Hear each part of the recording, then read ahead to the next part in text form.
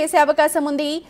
Right, Allu Arjun కి నిజంగా ఒక ఊరటం చెప్పాలి. ఉదయం నుంచి జరుగుతున్న హై డ్రామాకు ఒక చిన్న బ్రేక్ పడిందని చెప్పుకోవాలి. ఎందుకంటే నాంపల్లి కోర్టు దాదాపు 14 రోజుల రిమాండ్ విధించింది. అంటే డిసెంబర్ 27 వరకు, నాంపల్లి కోర్టు ప్రకారం చూస్తే డిసెంబర్ 27 వరకు కూడా అల్లు అర్జున్ కి రిమాండ్ ఉంటుంది. కానీ ఇక్కడ హైకోర్టు బెయిల్ మంజూరు చేసింది. మా ప్రతినిధి అశోక్ ఉన్నారు.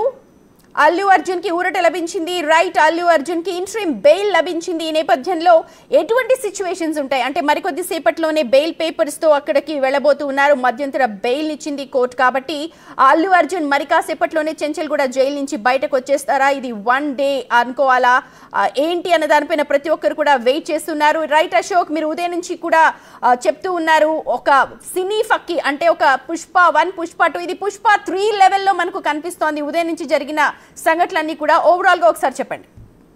ఇప్పుడు హైకోర్టు అయితే మధ్యంతర బెయిల్ ఇచ్చింది. అయితే అల్లు అర్జున్ ఎప్పటికిప్పుడు చెంచులగూడ జైలు నుంచి విడుదల కావడానికి అనుమతిస్తారా లేదా అనేది చూడాల్సి ఉంటుంది. బేసిక్గా కోర్టు నిబంధనల ప్రకారం సాయంత్రం 5 గంటల వరకు మాత్రమే ఖైదీల విడుదలకు అనుమతి ఉంటుంది.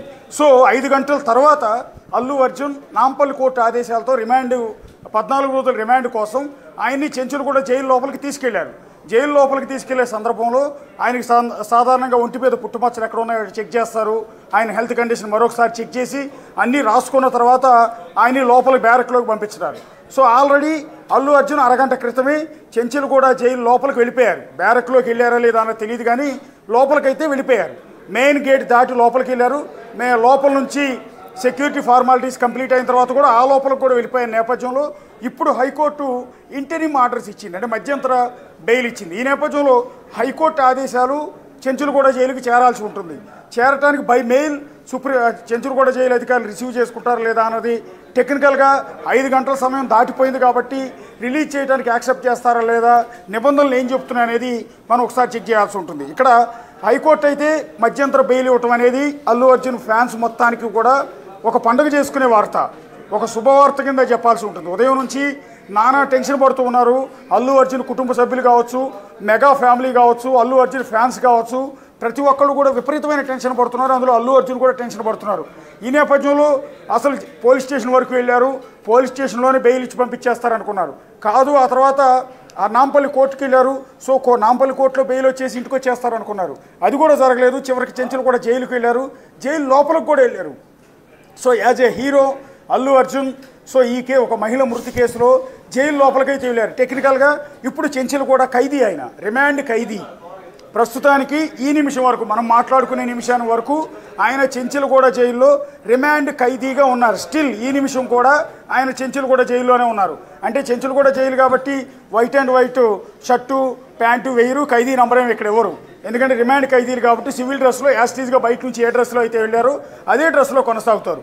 కానీ స్టిల్ ఇప్పటి వరకు మనం మాట్లాడుకోవాల్సింది ఏంటంటే చెంచులగూడ జైలు ఖైదీ అల్లు అర్జున్ కింద పరిగణలోకి తీసుకోవాల్సి ఉంటుంది. ఇప్పుడు 5 నిమిషాల క్రితం మనం లైవ్ వాచింగ్ హైకోర్టులో జరుగుతున్న ఆర్గ్యుమెంట్స్ అన్నీ కూడా లైవ్ వాచింగ్ చూసినప్పుడు అల్లు అర్జున్ తరపు న్యాయవాది నిరంజన్ రెడ్డి వాదనలతో ఏకీభవించిన హైకోర్టు న్యాయమూర్తి శ్రీదేవి ఇంటరిమ్ బెయిల్ ఇస్తున్నట్టుగా ప్రకటించారు. ఈ నేపథ్యంలో ఏం జరగబోతుంది? హైకోర్టు నుంచి వచ్చిన ఆదేశాలు మీరు అన్నట్టుగా చట్టం ముందు అందరూ సమానమే. అయితే ఇప్పుడు ఇక్కడ చూడాల్సిన విషయం ఏంటంటే హైకోర్టు ఏదైతే అంటుందో స్టార్ కాబట్టి ఇక్కడ ఇరికించొచ్చా అంటూ హైకోర్టు ప్రశ్నించడం కావచ్చు, లేకపోతే పూర్తిగా అన్ని వాదనలు విన్న తర్వాత ఇంటరిమ్ బెయిల్ మంజూరు చేయొచ్చు. కానీ ఇక్కడ లాకి సంబంధించి మీరు అన్నట్టుగా 5 గంటల తర్వాత రిమాండ్ ఖైదీ ఎవరైతే ఉన్నారో వాళ్ళకి బెయిల్ ఇచ్చే ఆస్కారం ఉందా లేదా, ఒకవేళ ఇస్తే దీన్ని ఇప్పుడు ఇక్కడ స్పెషల్ కేటగిరీ కూడా చూడాలా?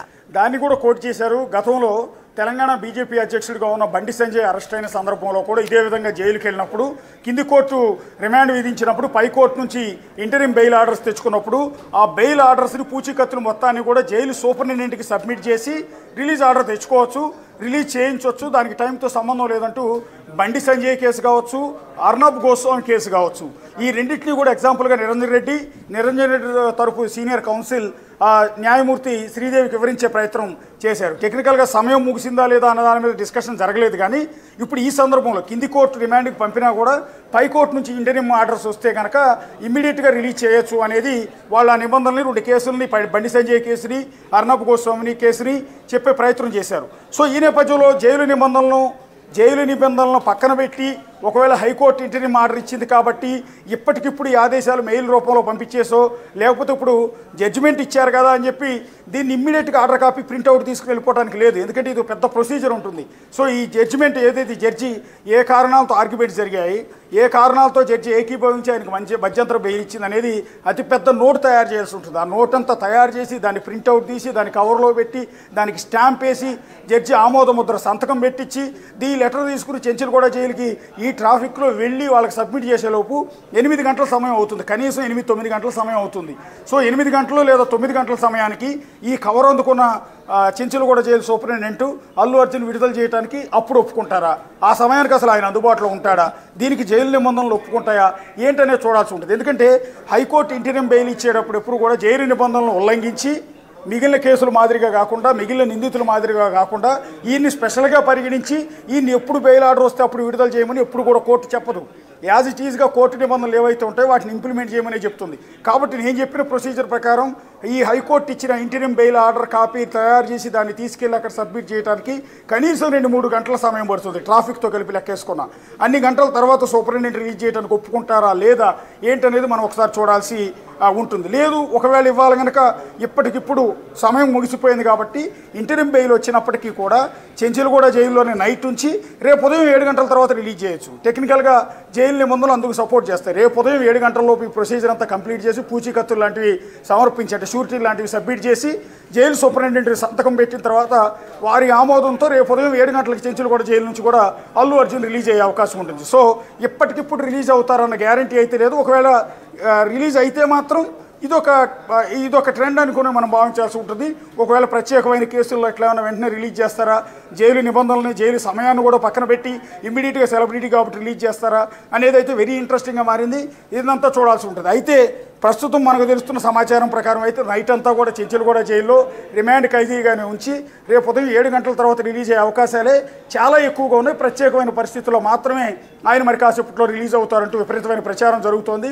లేదా హైకోర్టు నుంచి స్పెషల్ ఆదేశాలతో, ఎందుకంటే హైకోర్టులో ఆల్రెడీ ఈ కేసు నడుస్తోంది, దీని మీద ఆర్గ్యుమెంట్స్ జరుగుతున్న సందర్భంలోనే నాంపల్లి కోర్టు రిమాండ్ విధించేసింది. సో ఇది పేర్లాల్గా 2 కోర్టుల్లో ఒకే కేసు నడుస్తున్న సందర్భంలో సో నాంపల్లి కోర్టు కంటే Nampally criminal court metropolitan criminal court కంటే కూడా హైకోర్టు పెద్దది కాబట్టి హైకోర్టు ఆదేశాలని హైకోర్టులో కేసు విచారణ జరుగుతున్న తీరుని పరిగణలోకి తీసుకుని నాంపల్లి కోర్టు న్యాయమూర్తి దాన్ని పెండింగ్లో ఉంచుంటే ఈక్వెషన్స్ వేరుగా ఉంటాయి. కానీ కేసు సివియారిటీ కేసులో పెట్టిన సెక్షన్ల నేపథ్యంలో నాంపల్లి కోర్టు న్యాయమూర్తి రిమాండ్ వైపే మొగ్గు చూపారు.